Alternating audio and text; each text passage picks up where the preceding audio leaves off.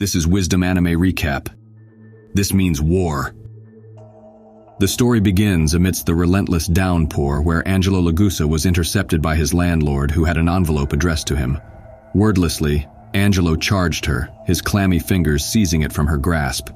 Upon his bed, he retrieved a wallet and emptied its contents, tossing it onto the pile with the others he'd pickpocketed. After gently unfolding the envelope, his eyes beheld a portrait of his younger brother, Luce, and a letter from a man he referred to as Vanetti. A smile twisted upon his lips as the heavens unleashed a resounding crescendo of lightning, coinciding with his delight.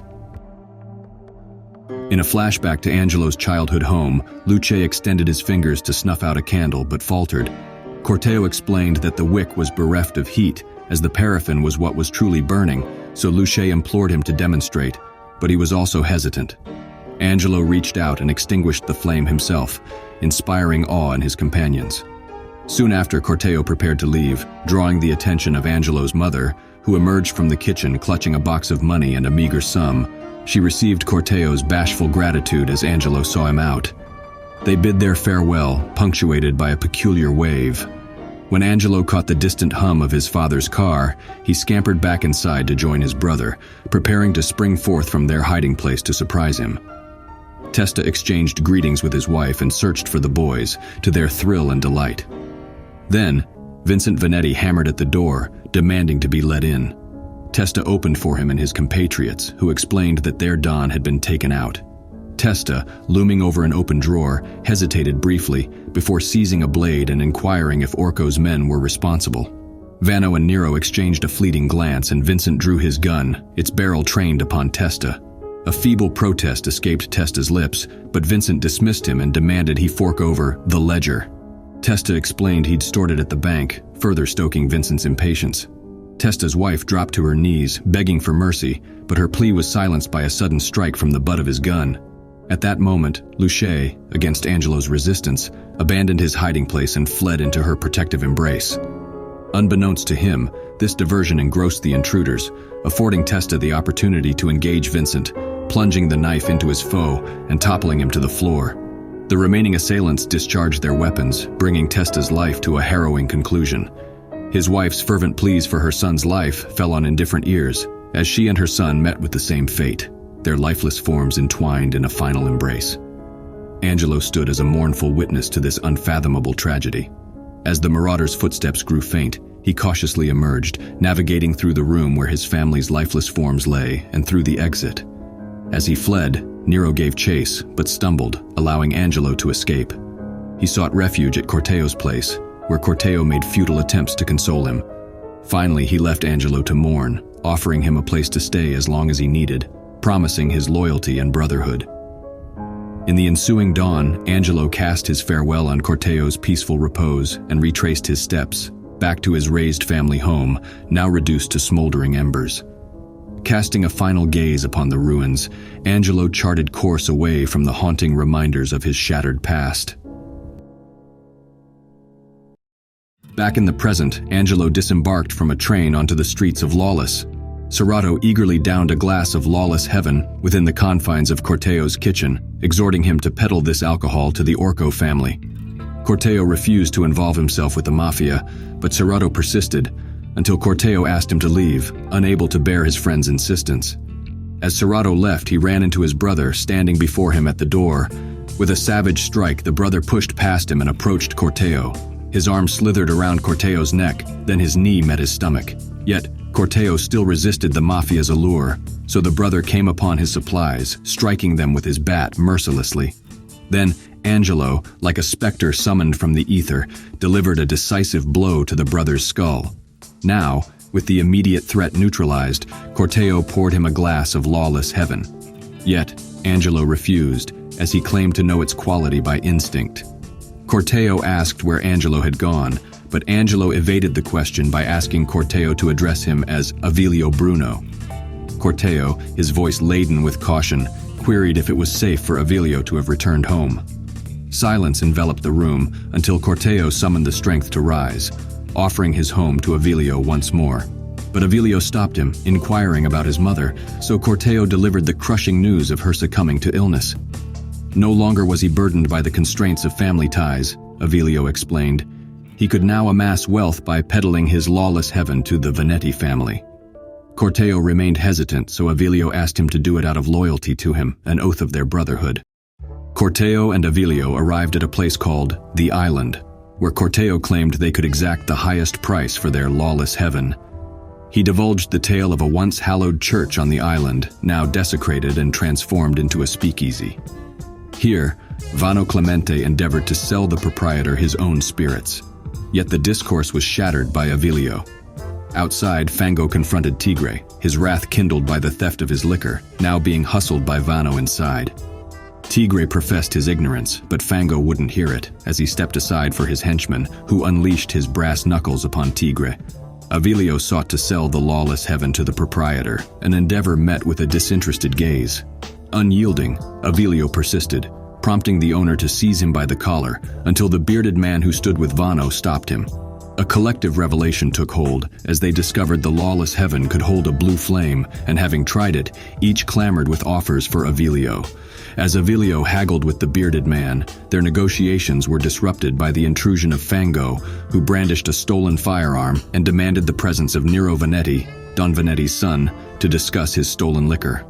Fango discharged his weapon, commanding Corteo to come closer, questioning if he was Nero. So Avilio covertly retrieved a switchblade from his briefcase and confessed to being Nero. Fango pushed Corteo toward Serpente and urged Avilio forward. In a moment of resolution, Avilio lunged toward Fango, pushing the barrel of the gun aside, and pressed the cold blade against his throat, demanding the release of his comrade. Fango goaded Avilio to follow through, urging Serpente to call his bluff. Then, the bearded man hurled a bottle, giving Corteo an opening for escape. A panicked scramble ensued as all took shelter behind the iron-plated bar. Corteo concocted a Molotov cocktail of paraffin, ordering Avilio to pelt Fango with a barrage of bottles, which Fango compulsively discharged shots at. When he shot the final incendiary bottle, its contents ignited into flames, giving everyone a chance to flee. Yet, when they reached the getaway car, they found Tigre draped over the seat with a handkerchief gagging him. And Fango's accomplice lunged forth, aiming to pierce the bearded man's skin, who evaded, giving way for Vano Clemente to incapacitate him. As the wheels of their escape spun forth, Vano spoke to Avilio, explaining that the Vanetti family was willing to purchase his Lawless Heaven. Avilio inquired if Nero Vanetti was truly at the bar, so the bearded man revealed that he had been amidst them all along. As the rickety road rumbled beneath them, Vano confessed his dread of crossing paths with the cops. Gripping the wheel, Tronco asked why they couldn't pay them off. Vano revealed that the head of the Federal Bureau of Prohibition was too rich to accept petty bribery. Abruptly, Tronco forced the car into a jarring swerve, flinging Vano against the door, jolting his senses awake. He demanded Tronco exercise caution, reminding him he was being paid quite well. Just then, Vano noticed a car in the distance, which he assumed to be the cops, causing Tronco to wrench the car right, steering them off the beaten path. In haste, they leapt out, concealing their vehicle using the tree branches scattered on the ground, then hiding themselves. The encroaching sound of the engine heralded the arrival of their pursuers, shadowy figures, their flashlights piercing the shroud.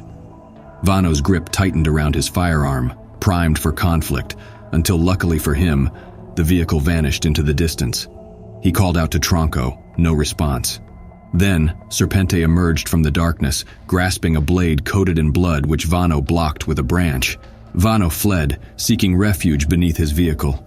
Here, he heard the echoes of a car approaching, from which the headlights illuminated Tronco's lifeless body, laying sprawled across the dirt. These men were Serpente's compatriots, to whom he commanded pursuit upon Vano and theft of their shipment of Lawless Heaven stored in the trunk of their car. Amidst the garden of the Vanetti mansion, Fio and Rinaldo's wedding unfolded. Vano, burdened by the thought of an imminent war ignited by the stolen Lawless Heaven, drowned his fears in a glass of spirits. Nero urged Vano to relax. Then, Avilio and Corteo materialized, bearing a briefcase containing 5 jars of Lawless Heaven. When Nero extended an offer of payment, Avilio dismissed it as a wedding gift. Yet this gift couldn't compare to the phantom the Galacius gifted, they all agreed.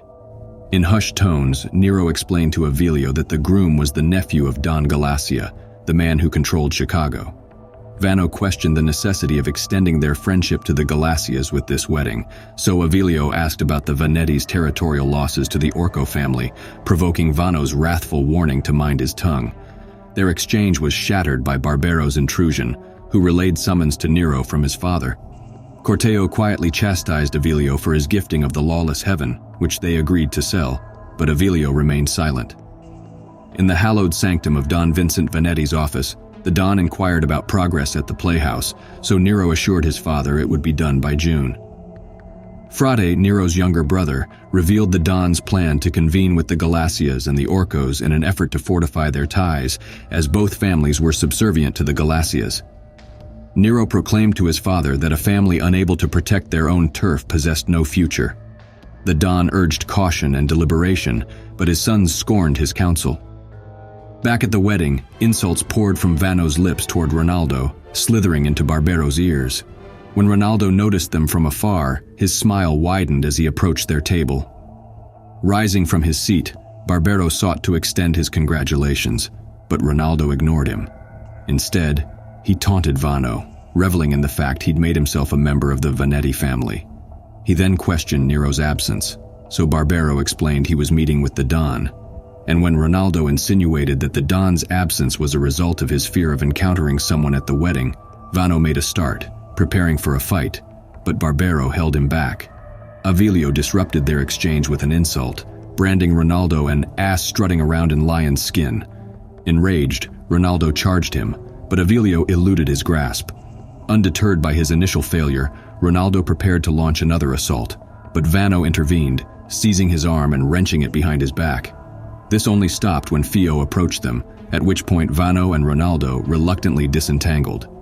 Avilio extended an offering of Lawless Heaven to Barbero, who poured himself a measure noting its trademark kick. He inquired about its origin, so Corteo disclosed he'd brewed it in his apartment's kitchen. Astonishment painted Barbero's features and he requested a private chat with him. As they departed, Vano commended Avilio for his lion's skin quip and introduced himself, sharing his government name. Avilio's lips twisted into a peculiar smile. As twilight descended, Vano laid out the cioppino he prepared on the table. Nero poised to savor the feast before him, however, Vano interrupted him as he demanded they bow their heads and offer grace. When Tigre, his face still marred from earlier, sampled a spoonful, a searing pain jolted through him, eliciting an involuntary recoil. Vano transferred Tigre's uneaten portion into his own bowl as he confessed his fondness for Avilio, and Barbero his fondness for Corteo. Vano inquired if Nero had approached the Don about silencing Fango. Yet, Nero met his inquiry with a revelation of the Galacia's desire for reconciliation between the Venettis and the Orcos. Surging with a self-righteous fury, Vano threatened to do it himself if the family wouldn't. Barbero began to protest, but Nero interrupted him, saying they would eliminate him, but they would not be the ones to pull the trigger. Within Corteo's apartment, Avilio agreed to undertake the job, then asked if his success would earn him a place in the family. Vano confirmed and emphasized the peril that awaited him, yet Avilio remained unswayed by fear. Vano slid a gun across the table and told him it had to be done on Wednesday night, when Fango would be at his mistress's, Lacrima's, apartment. Vano, after a fleeting pause, conceded that her demise too was necessary. Avilio confessed to never having taken a life before, so Vano told him it's never too late to start. He tried to remember the first time he'd killed, but it seemed to shake him, so he stood to leave. Once Vano departed, Corteo called Avilio crazy for taking the job, so Avilio whispered that the entire world had gone crazy. He handed Corteo the letter, explaining he'd returned to take revenge on the Venettis. Parked at the agreed meeting point, Avilio relinquished a bottle to Corrado, urging him to ease up. Then, with a measured poise, he indulged himself, before expelling the liquor on his own coat sleeves. Serpente lurked within a nearby vehicle, positioned near the entrance of the building. Observing Avilio's unsteady gait, Serpente emerged from his car and approached Avilio, who feigned inebriation, the effect completed by the scent wafting from his coat sleeves. In response, Serpente pummeled him, commanding he seek refuge elsewhere. Then, Soroto approached Serpente, who recognized him, as his brother worked for the Orcos, and led him away under the guise of banal shop talk. Avilio seized the opportunity, ascending the stairwell, then deftly picking the lock of Lacrima's apartment door, granting himself access to a grotesque spectacle unfolding within, flagellation among other things. Yet, Avilio's intrusion did not go unnoticed, as Fango caught sight of his firearm, prompting him to leap from the bed, somehow cracking jokes all the while. Avilio kept his weapon trained on Lacrima, signaling her to move, until Fango jumped back on the bed and hid behind Lacrima, holding a knife to her throat. As Avilio hesitated in the confusion, Fango reached for his own gun, and stealthily nestling it beneath Lacrima's arm, pulled the trigger, narrowly missing Avilio, but causing harm to Lacrima, unleashing a barrage of bullets in Avilio's direction before leaping through the window, scaling the adjacent rooftop, his foot wounded in the process. As Avilio steadied his aim, poised to return fire, he was abruptly interrupted by Serpente. But before he could react, Vano emerged, delivering a resounding blow to Serpente with the butt of his gun. Vano's eyes fixated upon the knife clutched within Serpente's grasp as he realized he was the man who killed Tronco. Avilio inquired about the implications of a Venetti eliminating an Orco. However, Vano assured him they could simply make him disappear at a nearby graveyard. The distant wail of sirens hurried their exit as Avilio agreed to rendezvous with Vano there. At the graveyard, Vano led Serpente to Tronco's grave, where he commanded Serpente to pray as he removed his gag. Serpente, on bended knees, pleaded for mercy. Vano's gun rose as he asked if Serpente planned to pray. Serpente begged for mercy once more, but Vano pulled the trigger. Avilio, hidden amidst the trees, bore witness as his memories surged forth, carrying him back to the moment when he had shown the letter to Corteo, unveiling the names of the men who killed his family: Vincent Venetti, Nero Venetti, and Vano Clemente. A single shot ruptured the silence as Avilio's bullet found its mark in Vano's abdomen. Avilio revealed his true name, Angelo Lagusa, son of Testa Lagusa, eliciting a gasp from Vano before unleashing one final shot.